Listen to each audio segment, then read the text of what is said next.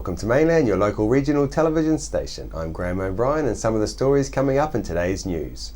Precedent set in legal case, demand high for homes, 2 men critical at hospital, and more. A man in his 50s was seriously injured Tuesday morning after his ute left the road, colliding with a parked car and rolling until it came to rest on its roof on Toswell Road in Nelson. Nelson Bay's Area Commander Inspector Matt Arnold-Kelly said what caused him to leave the road is unknown at this stage and police are investigating.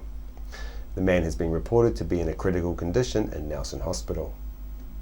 In another accident, a West Coast man in his 40s was flown to Nelson Hospital overnight from Kennedy Wharf in Westport. He is in a critical condition after falling 20 metres from the back of a truck into the hold of a fishing boat, landing on hard ice and sustaining serious head and hip injuries around 8:40 p.m. Monday evening.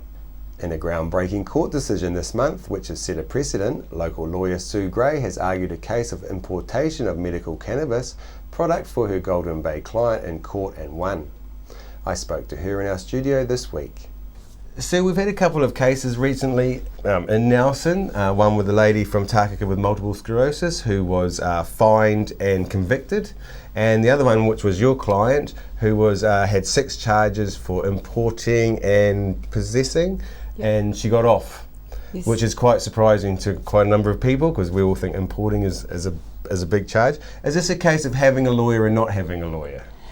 Look, normally it wouldn't be, but perhaps in this case there is an element of that. I don't know much about the lady in Takaka, only what I read in the newspaper, but for my client she had some pretty exceptional circumstances with a long history of illness, and she put together a very good affidavit and explanation explaining it all for the judge.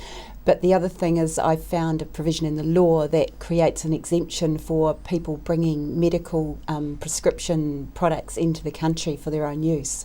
And so when we explained that to the judge under the Misuse of Drugs Act, he agreed that you really shouldn't be treated differently whether you bring it in yourself or post it to yourself. Wow, so this is quite a groundbreaker. Is this a precedent? Well, as far as I know, it's the first time anyone's used that section, at least for this type of situation with medical cannabis, yeah.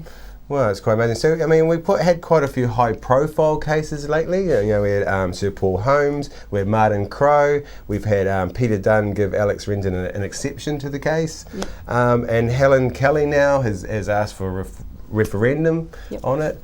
What do you think? Is it time we started having this debate again? That these are high-profile people. They're not all greenies, weird, loopy hippies. Yeah, absolutely. Look, as far as I can see, if someone's suffering from pain or they've got a debilitating illness or they're dying and there's a medication that works, why shouldn't they be allowed to use it? It seems crazy that even what we think of as well-known people are forced to act illegally, but nobody should have to act illegally. Everybody should be entitled to the medications that they need, from my perspective. Sure. And I mean, in America now, in California especially, they've decriminalised it. It's very lax. You can get prescriptions from your doctor. I mean, if someone had a prescription to grow medical marijuana, does that mean that they could bring their prescription here to New Zealand and set up farms, so to say? Yeah, I don't think that they could grow it here under a prescription. I think if they've got a cannabis product that's a medication that they've got a prescription for, that they obtained it legally in California, or there's I think 26 states in America now where you can legally buy cannabis products for medical purposes.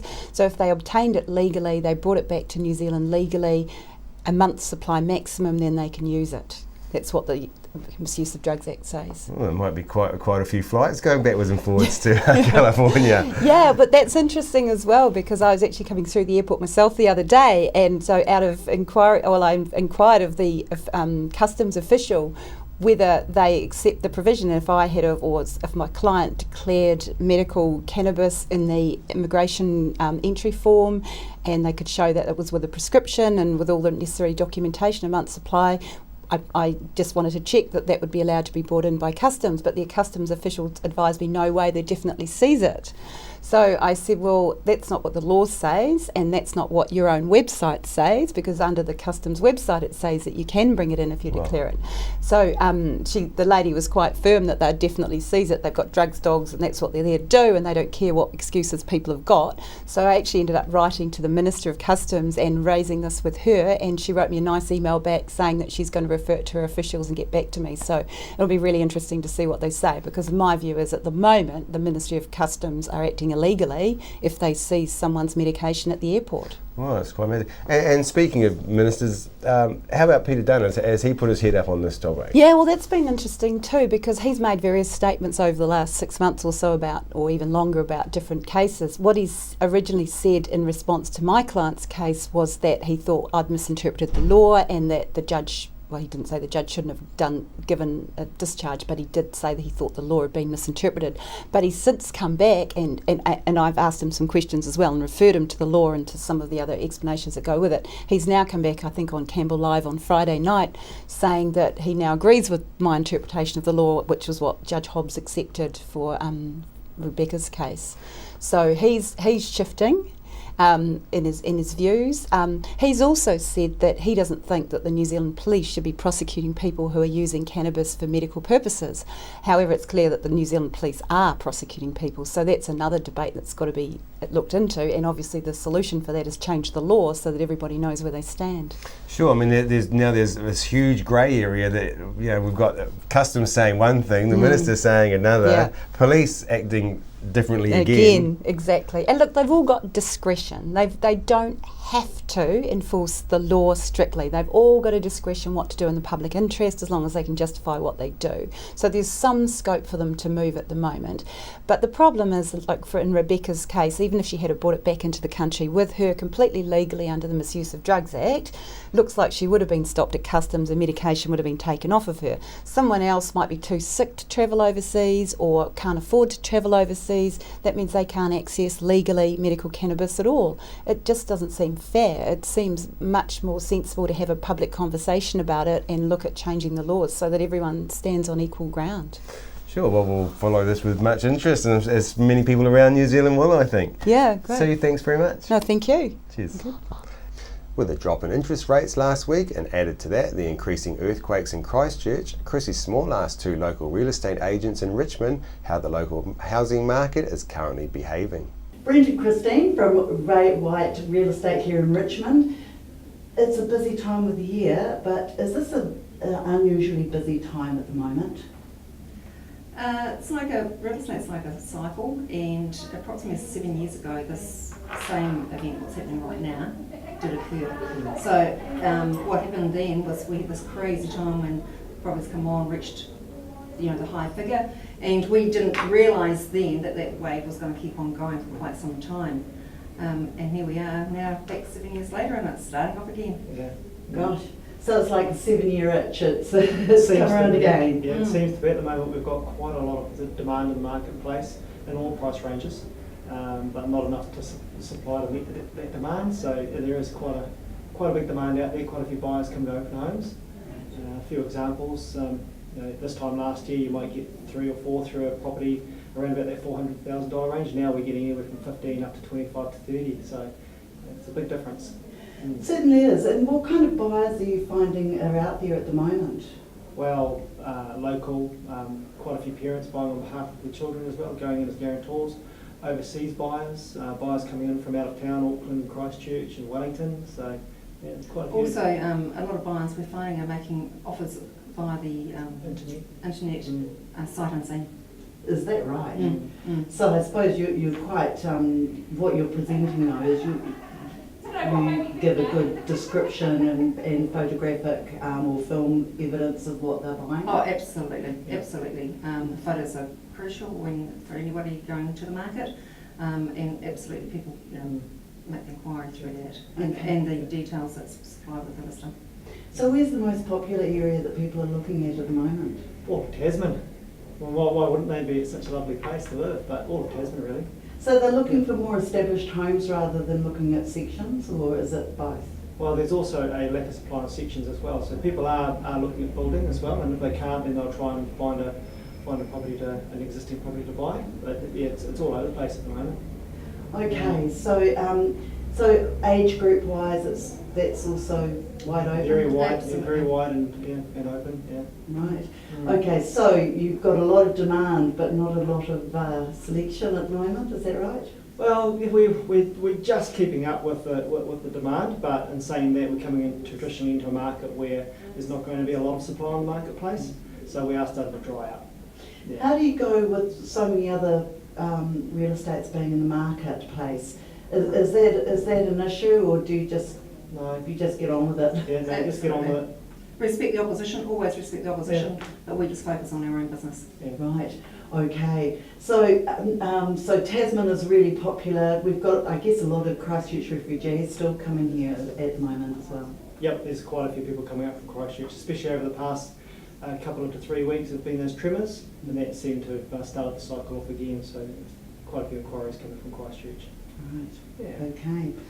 Right. Well, that's great news for those that want to sell. What about those who want to stay in their homes? Does that mean that their prices are going to increase on their values of their homes? Certainly the equity's going up, isn't it? Absolutely, absolutely. And that's, I guess they're not going to know any different though. Like if they're not interested in selling, they're actually not going to know where their value of their property is, because it's not going to reflect so much on with the rateable values. One would hope not. No, it's not. Yeah. So it's only on, yeah. Local artists have scooped 3 out of 4 National Fibre Art Awards in our Arts Council Nelson's 2016 National Changing Threads Contemporary Fibre Art Awards, which were announced to a large crowd at the gala opening of the finalist showcase at the Refinery Art Space last Friday evening. Chrissy Small spoke to Ronnie Martin, who is the exhibition and show's creative director. Ronnie Martin, look, fabulous to be here at the Refinery Arts Centre here in Nelson. Tell me about the latest exhibition that you've got going and the awards that run with it. This is the Changing Threads Contemporary Textile and Fibre Art Awards. So this is our 8th year of holding it, and people are really starting to understand that the work has to have a strong conceptual basis as well as technical excellence. So it's very exciting to see the standard is raised each year. We have 4 awards this year. The first award is from Banina, New Zealand. They've been a sponsor since the very beginning, and that's a $2,000 award, which is for contemporary use of a sewing machine. So we had some very exciting works that qualified for that. We have a new award this year, which is combined from Pix Peanut Butter, which we're very grateful for, and Thread Studio in Perth, Australia. And that is for a work which captures the spirit of the show, which is a very solid way of putting it, I think, because it is work that's different from just pretty pictures on the wall. We have a work from the award from the Nelson Tasman Quilters, and that is for work which has a contemporary interpretation of a traditional technique. So it could be stitch or could be weaving or something like that, but used in a different way. So, we were very honoured this year when Dame Susie Moncrief agreed to be our guest judge with myself and Lloyd this year. And she was very, very much enthusiastic about the show, totally bowled over by the standard, and she spontaneously offered us another award because as judges we couldn't make our final decision. So that award we decided was the Dame Susie Moncrief Award, and we decided to give that for innovation and excellence. So that was all very exciting. Okay, so we've got this fabulous exhibition here. It's running from, people need to get down here and have a look because it ends not too far away, does it? April the 2nd, so we're here for 3 weeks, but it is closed on Sundays, Saturdays from 10 till 2 and 10 till 5 for during the week. And we have a special award this year from the MMP Consulting, and that is a viewer's choice. So as well as voting for the piece you'd like, you go in the draw for a bottle of very special bubbles, and the artist also receives a prize. Right. Now tell me something about the winners. I believe there are 3 local winners who've taken away 3 of those categories.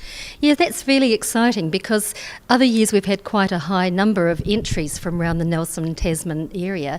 This year we haven't had quite so many, however 3 of our award winners were from this district, so that was very exciting, and I think it shows the quality of artists in our area.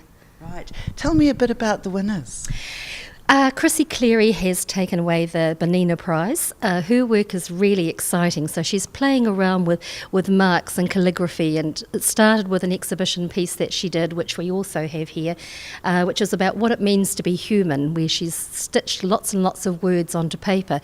And now she's taken those shapes of the letters and abstracted them further. So it becomes a very intriguing piece, which is light box lit, and creates quite a different look from the usual textile piece you'd expect expect to see. Lynn Price was our award winner for the Dame Susie Moncrief Award, and she has beautiful little pieces where they're set in encaustic wax with threads, and each one's like a little montage, so absolutely exquisite. Julie Brawley has a fabulous piece with her Mantle of Our Ancestors, or Mantle of My Ancestors, I can't remember. And that's playing around with stitch in quite a different way, so it references some of the korowai that she had seen in the Te Papa Museum, and she has faces set into it with stitch and thread and things. And Kate Ireland from Queenstown took the award, which was for the spirit of the show, and Kate actually had 3 entries. Each one is beautiful, but as one particular piece was a small heart called The Price of Love, and it's just exquisitely done. Right. And of course, those others that weren't actually winners are absolutely stunning as well. So it's a really good opportunity for people to come and see what creativity there is in this country and locally, of course, and come and enjoy the space. It's really light and airy down here. Lovely place to be. And because we've had quite a rigorous selection process, like the work is submitted, we do an initial selection, the work comes in, and then we do a further selection. So the 40 pieces here really embody what it is we're trying to say about contemporary textile and fibre art. Right. Okay, and so we've got really the best of the best here. We have indeed. Because of the quality of the show, there was actually a show we took to UK last year to be part of the Knitting and Stitching show, which was held in London at the Alexandra Palace, in Dublin and in Harrogate, and over 57,000 people went to see that. So it's very exciting for New Zealand contemporary textile and fibre work that we are actually finally being recognised by that.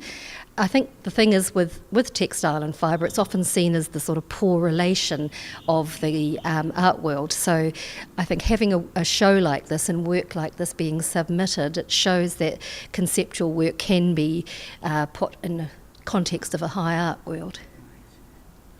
Thank you very much, Ronnie, for your time today, and I'm sure our locals out there will be loving to get down here. I'll start that again. Thank you very much, Ronnie, for your time today, and I'm sure that our locals will get down here and appreciate some of this beautiful fibre artwork. It's absolutely stunning. Thank you. We'd love to see you down here and come and enjoy it. If you haven't yet been to the Refinery Art Space in Halifax Street, then now's your chance to go before the 2nd of April and cast a vote in the People's Choice Award, which will be announced on Monday the 4th of April. Race Unity Day is on again this Sunday the 20th of March from 10 a.m. at Victory Park. I spoke with Nelson Multicultural Coordinator Sol Ighani about why he took on this role and the upcoming Unity Day. Sol, thanks for coming in. We're here to talk about Race Unity Day today, but first, you're new to the coordinator's role at the Multicultural Council. Can you tell us a little bit about yourself, where'd you come from and how you're finding the role so far? Sure, yes. I'm originally from Persia, from Iran, and I moved to New Zealand in 91. And in 2007, I moved to Nelson and to Tasman, just for the sheer reason of really being able to serve the community because I am in education, and I just thought that's the best place. Nelson is a beautiful place, of course, to be. So I moved on here in 2007, and since we moved here, we tried to help the community in any way we could, especially the first batch of refugees that came here from Nepal, Bhutan. So that's where I got really involved in my volunteer role as to really to try to serve them, not to teach them, but to serve them, to help them, to walk with them. Nice. To be able to really be a part of this nice community we have here. And then, so later on, late last year, when I could not continue with that type of education, which we were doing in partnership with NMIT from Richmond campus, and also Blenheim, top of the South, then I moved to Nelson Multicultural Council to serve there, and originally as a volunteer, and then I got a part-time job as a coordinator to be able to serve hopefully better. Oh, so it's not really so much of a new role for you, it's what you've been doing, but it's more of a formalised role now. Exactly, Yeah. exactly. Formalised was in a sense that because Nelson Multicultural Council, which was has started here by two beautiful souls, at least that I know them, Dr. Margaret Bolton and Marie Johnston. They are the founder here, but later on, as they have progressed, they have joined the New Zealand Multicultural Council, and they are a part of the federation. And the motto is unity in diversity. That's something that is very close to my heart, and I could just see it only through education, that we could overcome our differences and to celebrate our diversity. And this is where my management skill in really trying to run an office really there smoothly, and hopefully having this type of communication with everybody, including you. Sure, and that brings us to the Race Unity Day that's coming up, and it's a big event in our community. And can you tell us a little bit about it and how long it's been going, where it's come from? Yes, Race Unity Day were originally it's being celebrated all over the world. That's 21st of March, and United Nations is celebrating it everywhere, but Nelson, in New Zealand we do it on closest to the date, which is Sunday, 20th of March. And we in Nelson, Tasman, we have been doing it since 2001, I believe, for past 15 years. It has been very successful year after year, in where that you can see all these beautiful flowers of humanity coming together and celebrating their diversity, showing off their customs and tradition, and building on that positive vibes, with their cultural dances, the performances, the cultural food, and we had always a few thousand people going to there. And this year, of course, this is in Victory, and this coming Sunday and from 11 to 4 p.m. And one of the highlights this year, as every other year, we would have Dame Susan Devoy to join us here. Wow. She has accepted our invitation, and also seeing that Nelson, Tasman is right now the third most diverse multicultural city in New Zealand, or area. Yeah. So that really brings it, and then we look at the wealth of international students and or different cultures that also are going to school. So we have also invited them, because we have to look at also our funding came for this year from EDA, and that's for the marketing arm that really wants to make Nelson, Tasman, show it to the world, and the best way is that really with the people that are living here, through the refugees, through the newcomers, through different cultures, and of course different students. So we are going to welcome them also and give them a little chance to introduce themselves, so they would have that feeling that they are a part of this community because they chose here. Nice. Yeah. I know visually it's fantastic at the Race Unity Day, but of course the food brings many people here, and that's what's growing in New Zealand. I think that people now realise, well, we have all these cultures around us. Of course, they all bring their special food, which is delicious. Definitely, yes. And knowing that a couple of years ago, Nelson Multicultural Council has published a book, and it is a recipe book from 48 different nationalities with 98 recipes in it. It will be on sale for our fundraising on that day, so look for it. Nice. It is beautiful, and these are local people that are living in this area have written. Wow. And you can see their pictures, you can see their food, and really enjoy. You can go home and cook it yourself. So thanks very much, and we'll look forward to this Sunday and seeing all the different cultures and tasting all that food. You're welcome. Thank you for having me here. Cheers. Have a great day. After the break, we'll bring you the latest weather update and some events and happenings coming up from around the region.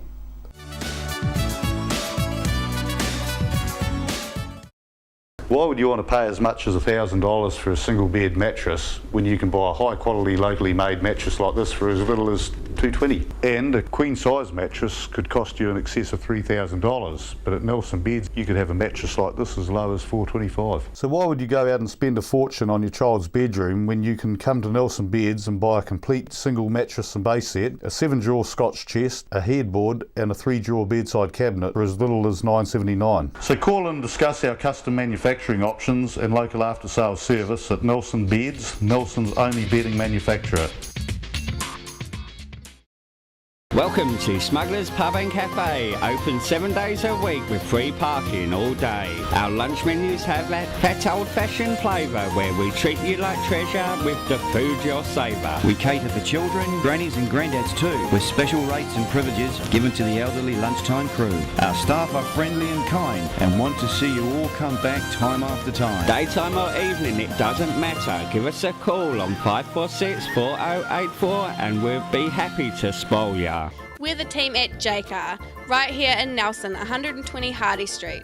Our shop is full of electronic items, including security alarm systems, electronic components, solar and power, electronics toys,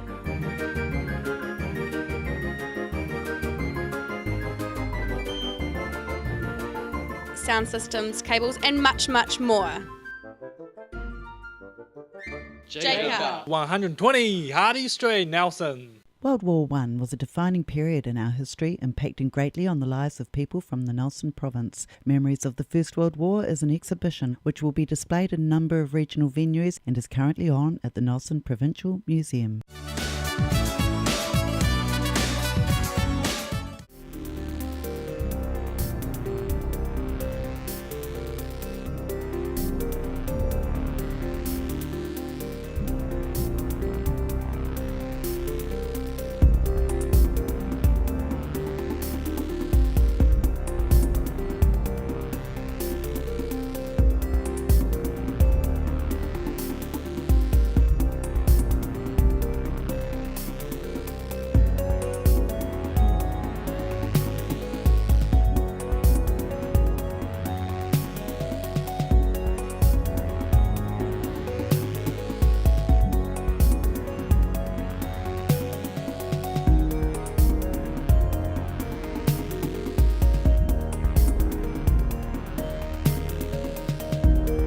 Sit and Be Fit is on at the Victory Community Centre Tuesdays and Thursdays at 10 a.m. at the Victory Community Church, 238 Upper Vanguard Street. School terms only. Fun while you get fitter, work at your level. For more information, please contact Shirley on 547 1433 or 021 121 8023. Victory 60 Plus is on Tuesdays at 1:30 through to 3:30 p.m. at 238 Upper Vanguard Street. You can join in for cards, games and a cuppa. On behalf of the team here at Mainland Television News, thank you for joining us, and we'll bring you the latest news and events from around the region again tomorrow.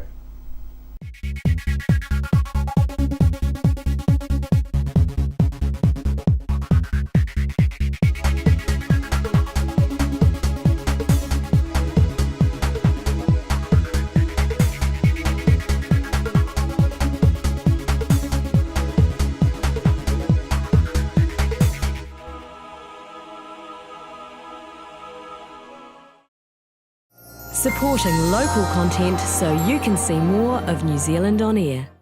Are you looking for a scooter, walker, wheelchair, baby seats or pushchairs? Then come in and see the Nelson Region Specialist at Mobility for You, 269 Queen Street, Richmond, opposite the library. We have a huge selection of scooters, walkers, wheelchairs and accessories, along with a free booklet guide. We also provide a breakdown service if you ever get a puncture or a flat battery.